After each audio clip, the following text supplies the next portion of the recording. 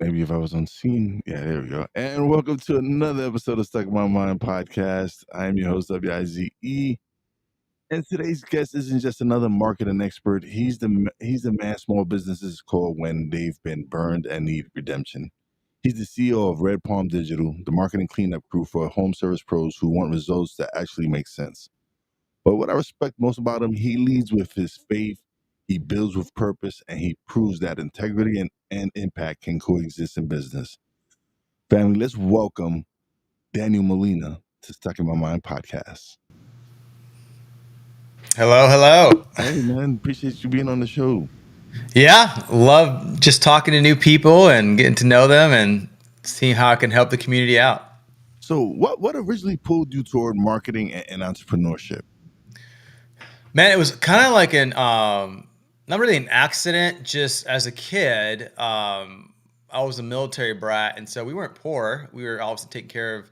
My dad made decent. He was decent in the military, did well. But the same token, we weren't didn't have a lot of money. So, and I was a baby of four, so hand me downs and all that. And I just kind of like believed this lie that if I want stuff that I want, then I need to make a lot of money. And so I just kind of like in my head, I'm going to go be successful and make a lot of money. Right. And so when I thought about being a lawyer or a doctor, so I'm not smart enough to do that. So I got to figure out a different way. Maybe I got to try to figure out how to be famous. Maybe that's how I'm going to make a lot of money. And I'm 46. So this is back in the 80s, right? 1980s. And so my thought process, I'm a great artist. I love to draw. I love movies. I like animation and 2D animation and all that. So I went to school at the Art Institute of Dallas to study 3D animation. I wanted to do gaming and Pixar movies, Disney movies, stuff like that. My parents invested into my career into that, but I always wanted this thing like I want to be able to afford whatever I want, have a lot of money, and maybe this is the vehicle to do such, right? And it's still my passion, drawing and art and all that. And so when I graduated, it was 2002, and that's when September 11th just happened. And so then the economy just froze. Like it was just a frozen economy, hiring freeze. No one was hiring anybody. So I graduated with no business opportunity, but I had a graphic design job at a Southwest Airlines credit union, so in-house agency. So my boss kind of taught me graphic design and marketing. I didn't even know what that, what's this marketing stuff. And so as I learned marketing through that, and she sent me to seminars and she taught me, then I'm like, ooh, I like marketing. It helps people. It helps people make money. It helps get a story out there. And I'm a natural evangelist. I like to evangelize whether for God or evangelize for a product or a service. Like I just love telling people about awesome stuff. And so that's kind of what started me into it. And I realized that when I was chasing the money, I always was broke.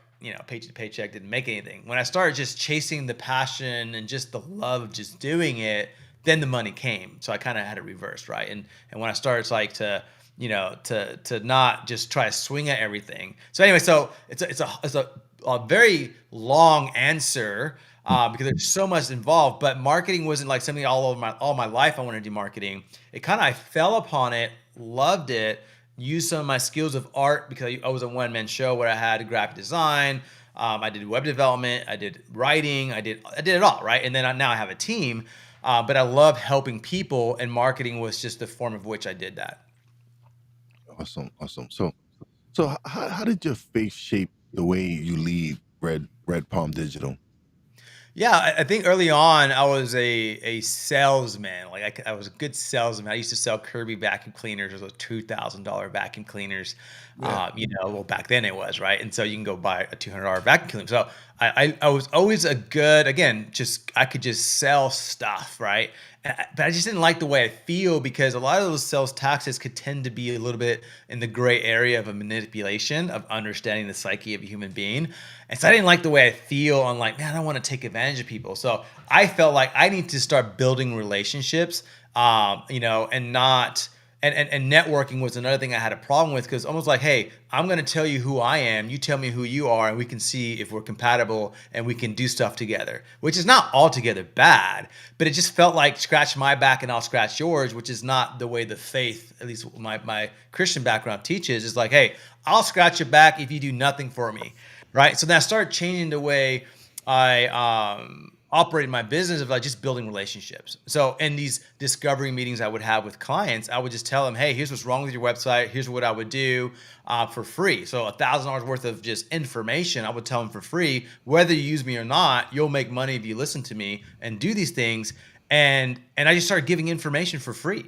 I just started helping people, not for free, but helping people as far as like knowledge and information about their company and just build relationships, right? I was never trying to see how I can make more money from people. I was always saying, hey, if you need this, I'm going to give it to you. If you don't need it, I'm not going to sell it to you. I know I could easily sell it to you and fool you to believe that you need it, but I'm not going to do that. So my faith just start trying to have integrity in even how I sell and how I operate my company to be very relational and very serving, even though obviously I work for money, but only sell people what they need and then obviously show results of which, that way they see, okay, it's working, right? And so I would say that would be, so I don't really network. I build relationships, and whether you can help me or not would not be contingent on if we're going to be friends or not. It's like, I'm going to help you regardless, if I have the time, right? No, absolutely. It's important, and networking is very important. But like you said, for me, it is more personal. When I connect with people, and the relationships I've built have been to the point where I've been able to build lifelong friendships with a lot of people that I've networked with. That people that it's not we're not doing stuff because we're getting something in return. We're just doing stuff out of just the sheer love and respect for that other person.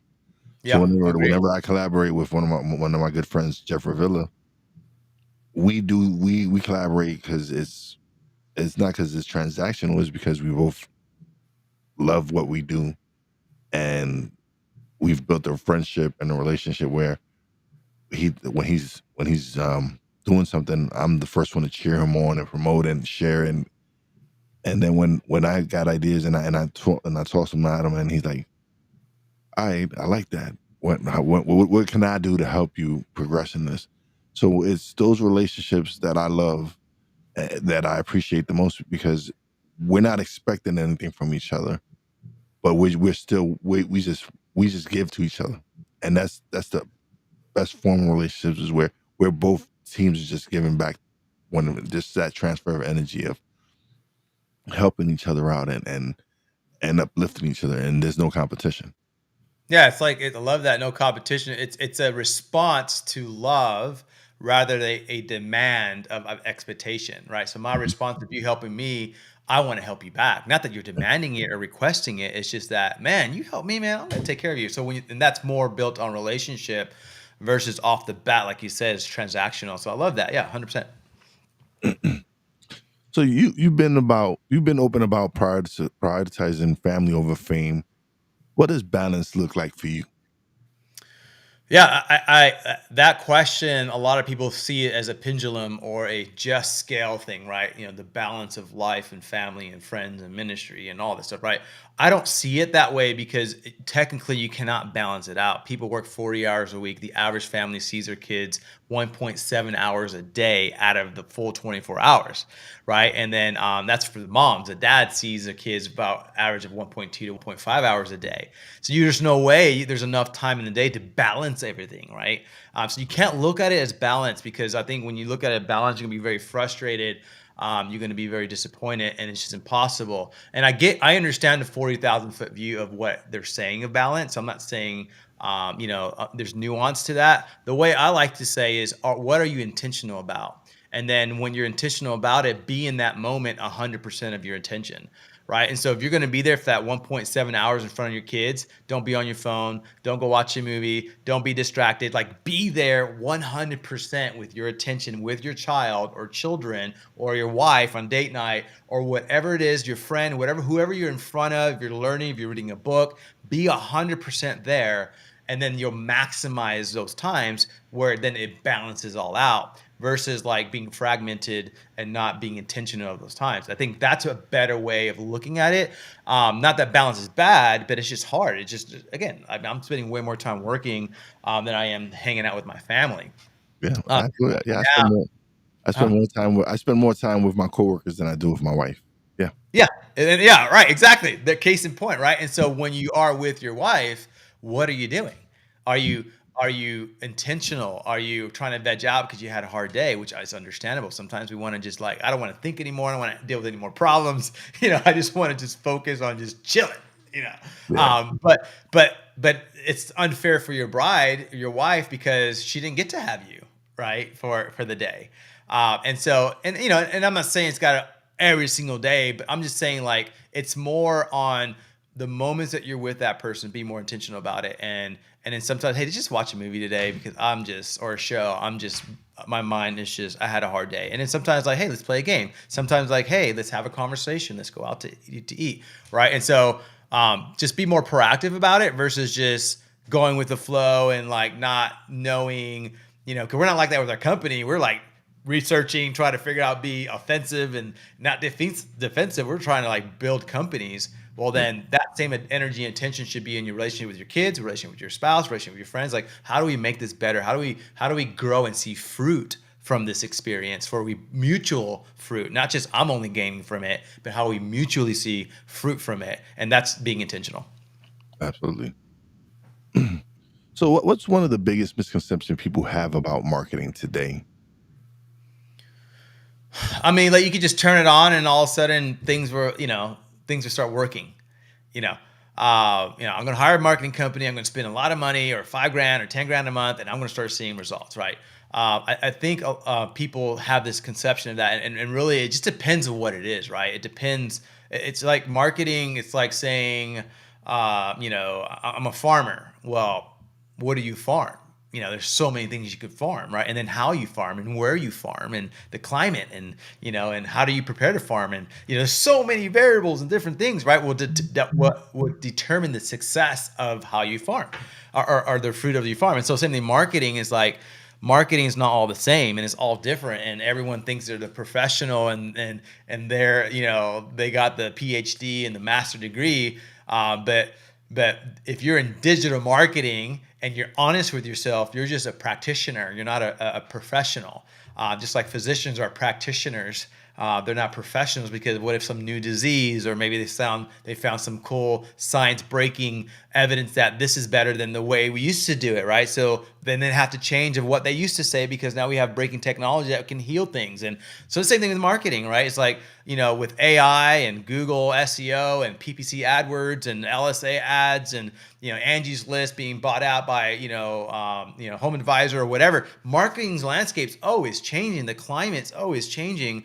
And so we're just practitioners on what we're doing, and we're testing and A/B testing and checking and adjusting, and now we got to figure out how we use AI and be nice with AI, because our companies that we're marketing for has to show up everywhere, right? In other words, they got to be in front of customers, right?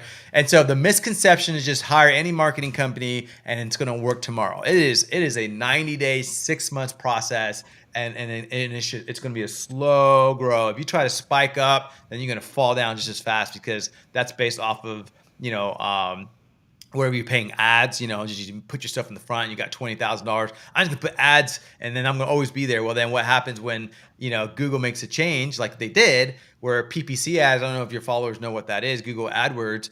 All of a sudden, there's Google local service ads, and so people spending all this money there.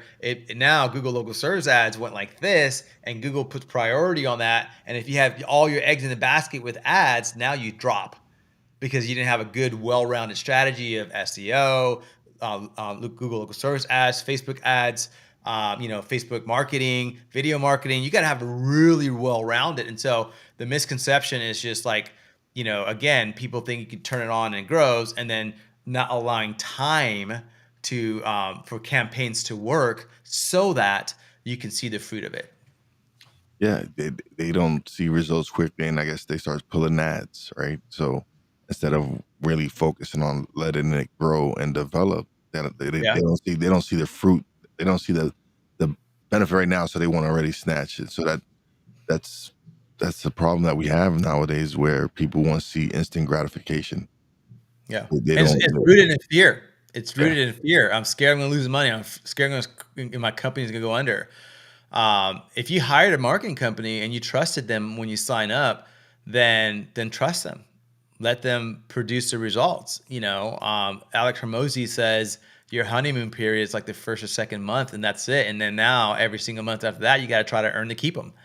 And it's like, and it sucks that that's the relationship between marketing company and business, because I tell my clients, like, look, I don't want this. I'm against you. I'm trying to find a way to make money off of you.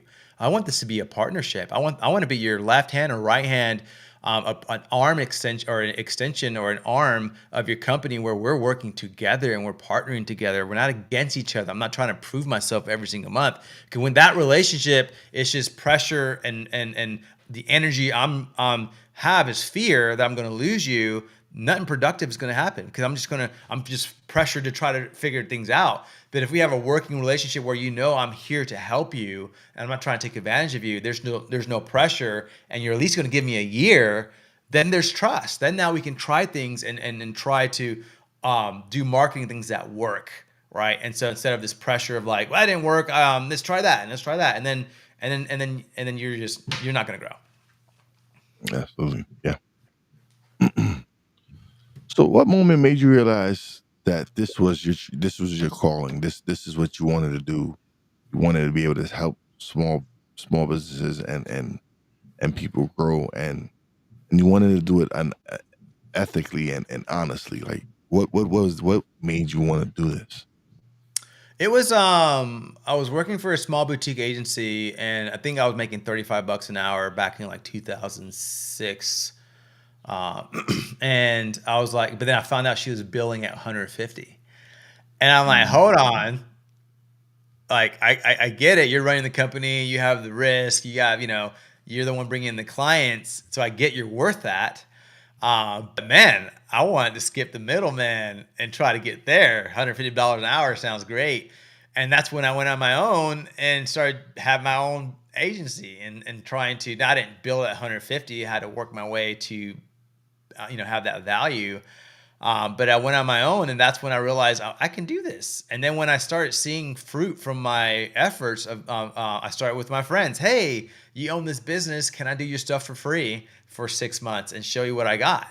And then when I started producing results, then they started paying for it. And then I saw another company. Hey, instead of charging you $2,000, I'll charge you $500 to do this.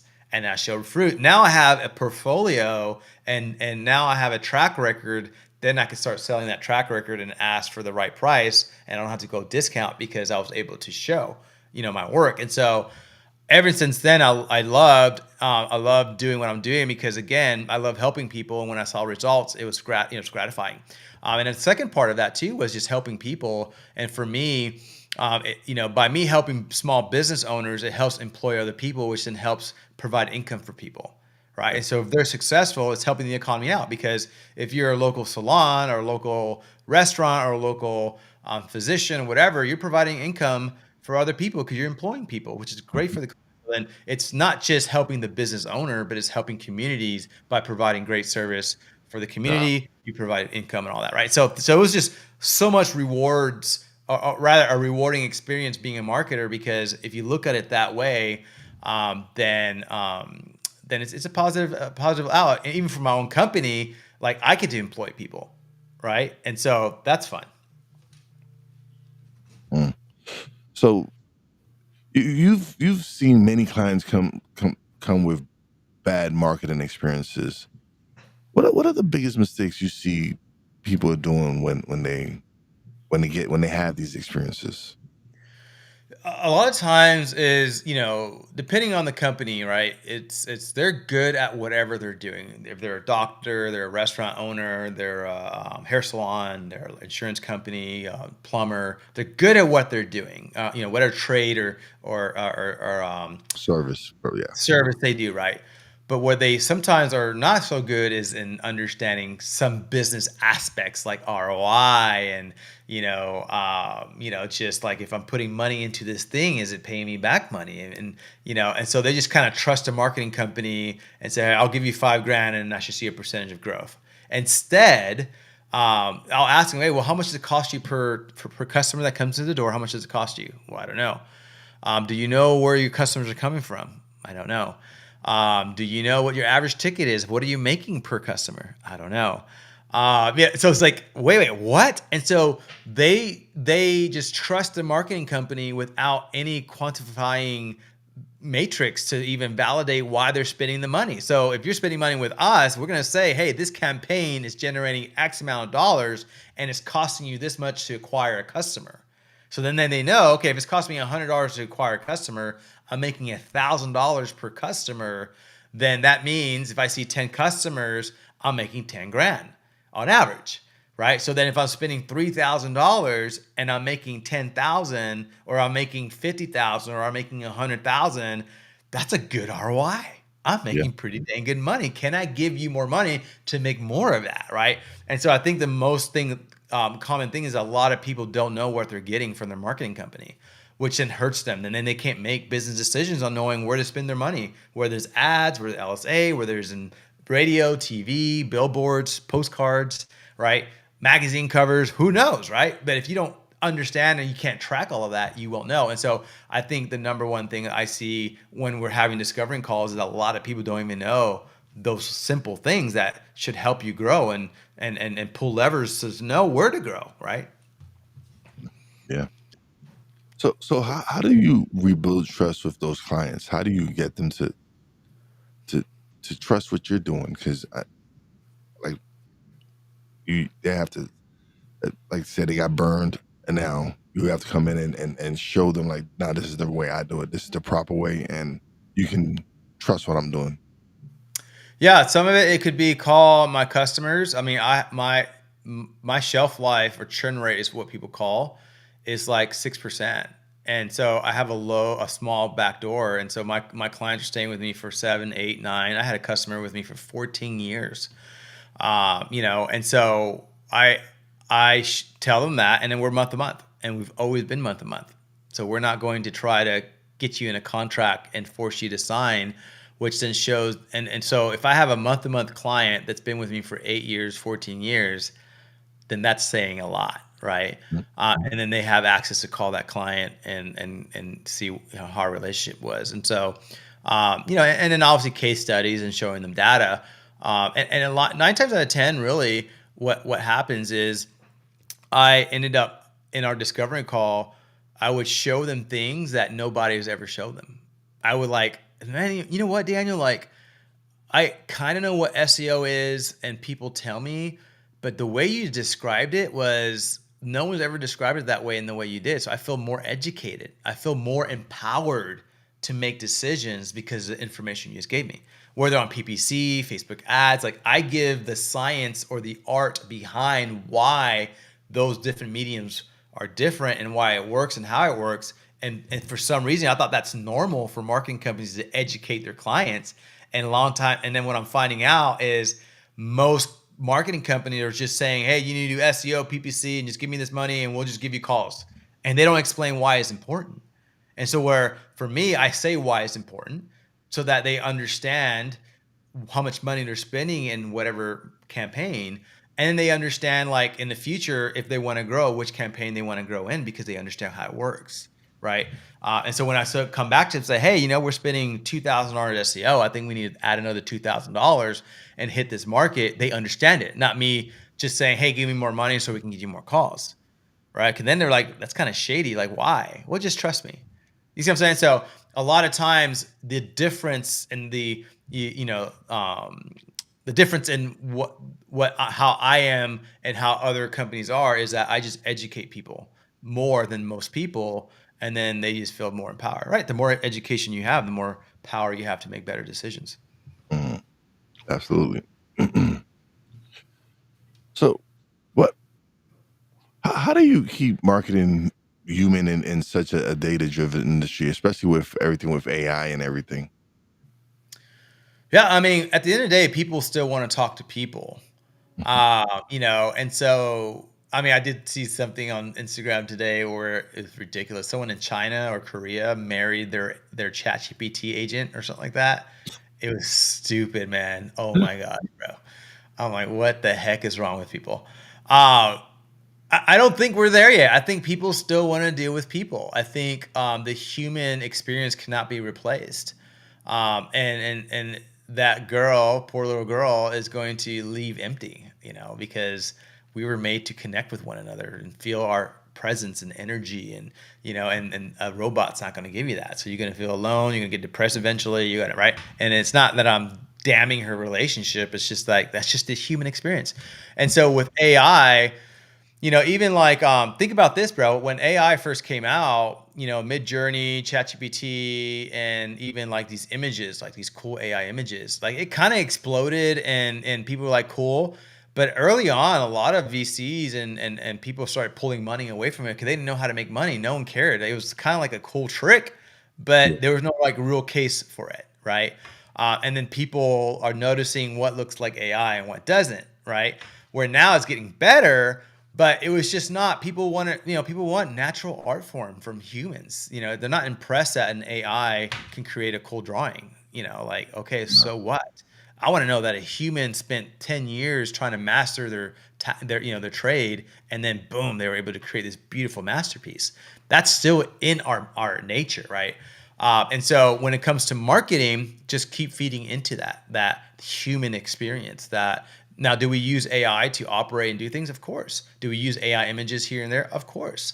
But don't skip out on the natural human experience. Meaning, like when they go to your site, they want you to like, why should I purchase from you? What's your value proposition?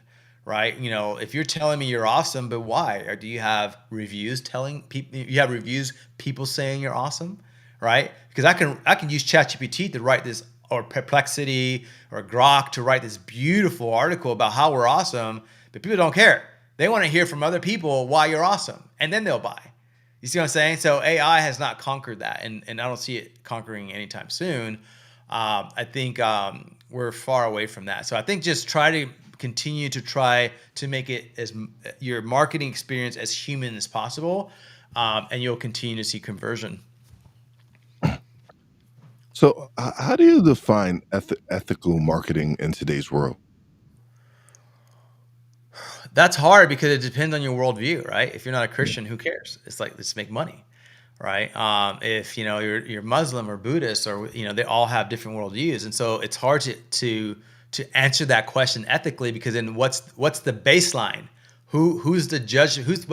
What's the stick we're measuring it with? And depending on your worldview of what's ethical could be different, it's relative.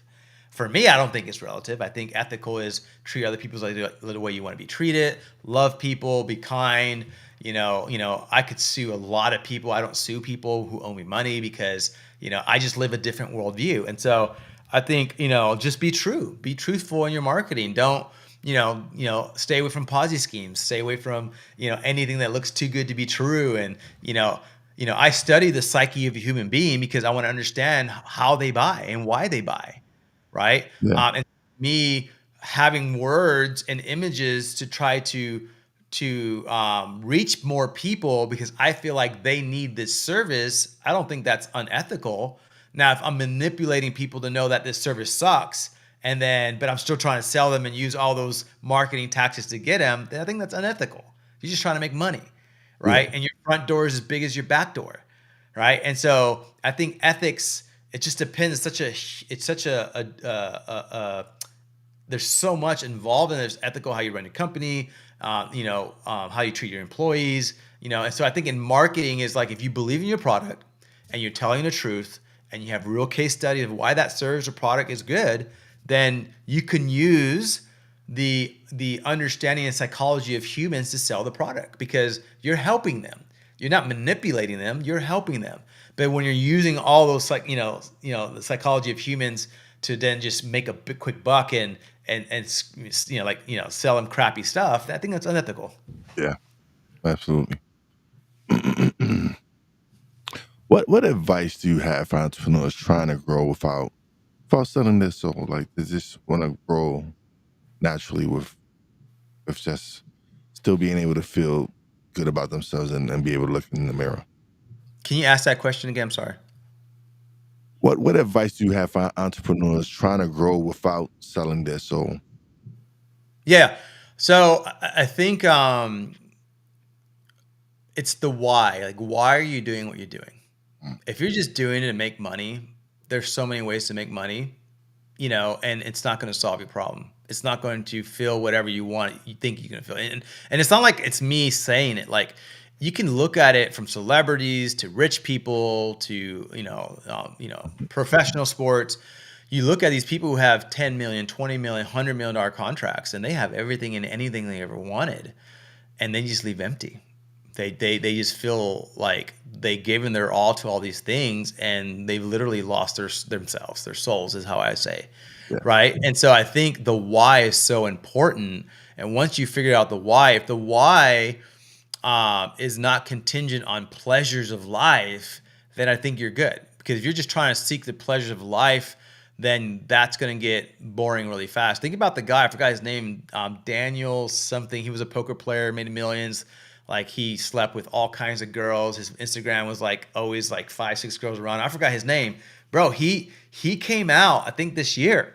He said he left it all that. He found one girl, and now he says when he would sleep with 3 or 4 people, it would be a bad day. That's what he said. And he's not ugly. Like, he's like sleeping with supermodels, private jets, cars, houses, like But anything yeah, money, like the modern day King Solomon, and like it's not just fulfilling. Yeah, had it all, but it wasn't right? fulfilling though. Like It wasn't fulfilling. yeah, you can do all that and you want, but if you within yourself don't find it fulfilling, don't find it like we're close in age. I just turned 49 in July, Oh, crap. and so for me, I didn't discover my true purpose till I was 44 years old. Right, like I didn't know what I wanted to do with life. Like, yes, I have a job that pays well, but it wasn't fulfilling. It wasn't what was making me happy.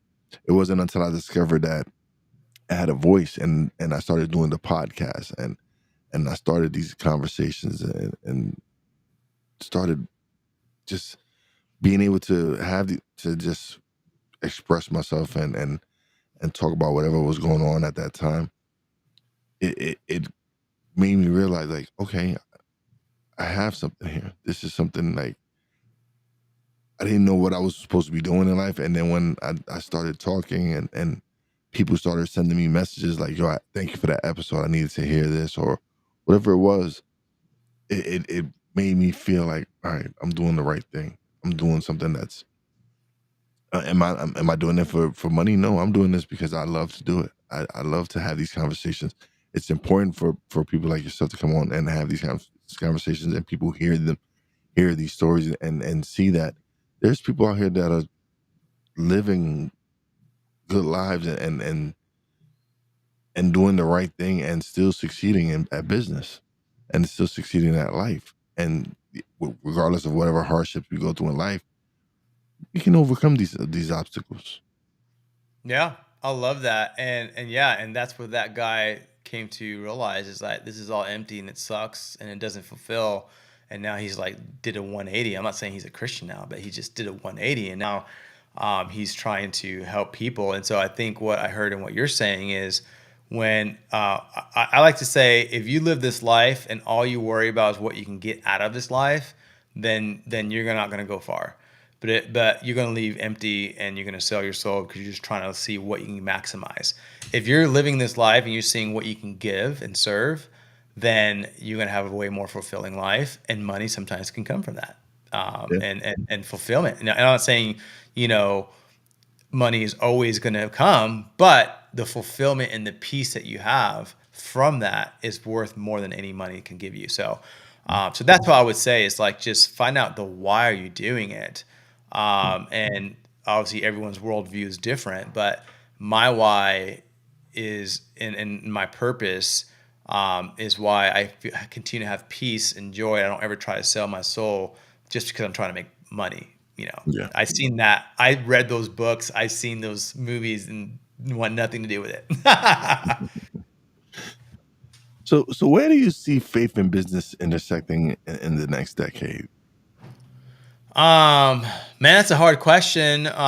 Because in one hand, they're saying in the younger generation, the alpha generation, are running to faith more than ever. And more than millennials, more than Z. they're like running to faith. And so, all these young mind people that go into faith, opening up businesses and entrepreneurship, are they going to bring faith into business? I don't know. It seems like they're just super excited and have the zeal of Christianity and faith. And so I could see a more, I'm not saying that Christians are the only faith that do things with integrity and good ethics, but for the most part, I would say if you were to follow the faith, then the expression of how you run your company should have good values, right? And so I hope that those people would run their companies with those good values, so then the community can benefit. But there's cases where sometimes Christians screw you just like anybody else, right? Yeah. And so I'm not saying that the world's going to be better because now all these people are going to learn Jesus and they're going to go. I mean, they now know Jesus, now they're going to run their companies. But I just think like faith, anybody's faith, whatever you believe in, is going to affect your business. It's going to affect how you run it. Yeah. And so I just think, for me, it's how I run my company, and I've seen fruit from it. And because I run a successful company, I'm able to now to pour into the community, right? I have a nonprofit that I pour into. And so because I'm successful here, now my nonprofit could benefit, which then helps the community, right? And so I hope that more public service and nonprofits will get more money from these people that are now have faith-based businesses, so that people in need, the widows, the orphans, drug addicts, mental health, whatever it is, can get the help they need. And not always just depending on federal and state government to help them, but let the community help too as well. Yeah. Yeah. Yeah. No, it's important that and I think that's what we've gone away from as a society, is growing as a community. Because I remember growing up, like we knew, like where I grew up in East New York, Brooklyn, and it was uh, it was during the '80s, obviously the crack epidemic and all that, but there was still a sense of community, right? Like I couldn't do nothing at the end of the block without my mom knowing by the time I got home. Why? Yeah. Because someone on the block saw me doing something I wasn't supposed to be doing, and so before I got home, and we didn't have this before cell phones, and this is rotary phones and all that. So, but somehow before you got home, you were there, the message was already delivered. So, to me, now especially now with the way it is digital and everything, I'm seeing that it's important that you start building these communities, be it virtually or whatever it is, because it's something that we need. It's something that we're able, when you're able to build these communities and network with all these wonderful people and be able to help and uplift each other, it's just so much easier.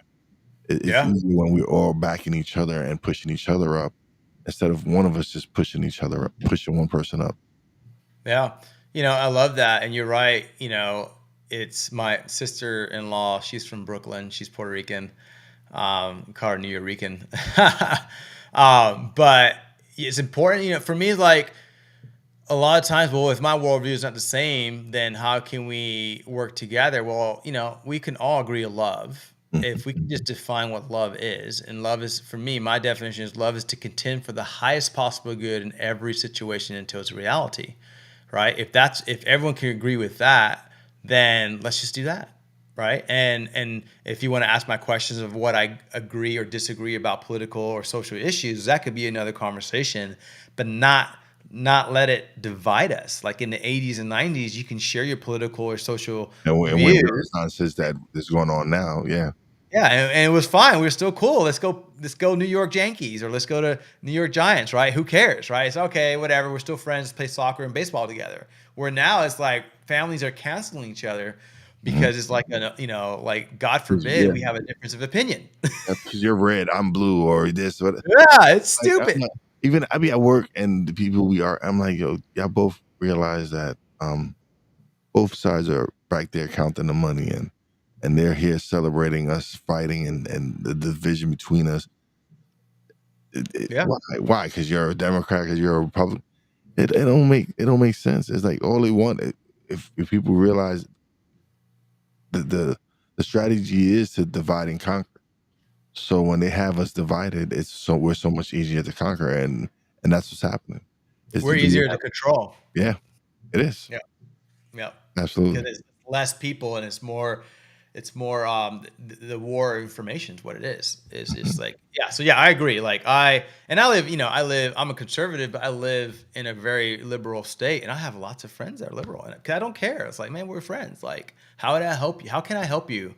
How do I extend your reach? How do I make you successful in what you're doing? Like, regardless of your political background.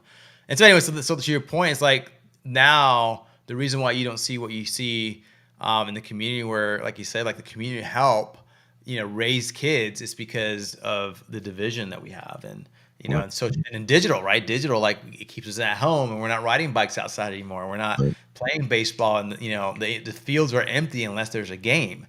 Growing up, me and you were at the basketball courts, we were at the baseball fields, we were at the soccer fields just playing, regardless if there's practice or not. Yeah. You know what I mean? So, yeah, it's a different world for sure.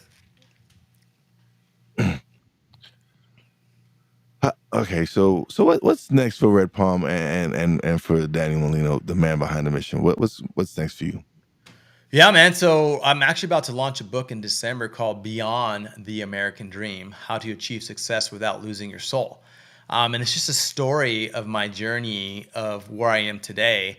A lot of people want to have coffee with me and say, "Hey, Daniel, how do you do it?" And it's like I'm only one person, and so this will be an easy way to say, "Hey, just read this book," and this is my life and how I did it. And really, my best friend Kenyon Coleman, he played in the NFL for 11 years. He actually played for the Jets in your neck of woods, for a couple years. And he says, Daniel, your life, I mean, I've been around professional athletes, celebrities, I've been around a lot of successful people, and your story is so unique that you need to write about it, bro. You need to write a book about it. And I just took his advice and said, all right, I'll do it. And so I wrote a book, started 2 years ago, and it's about to come out.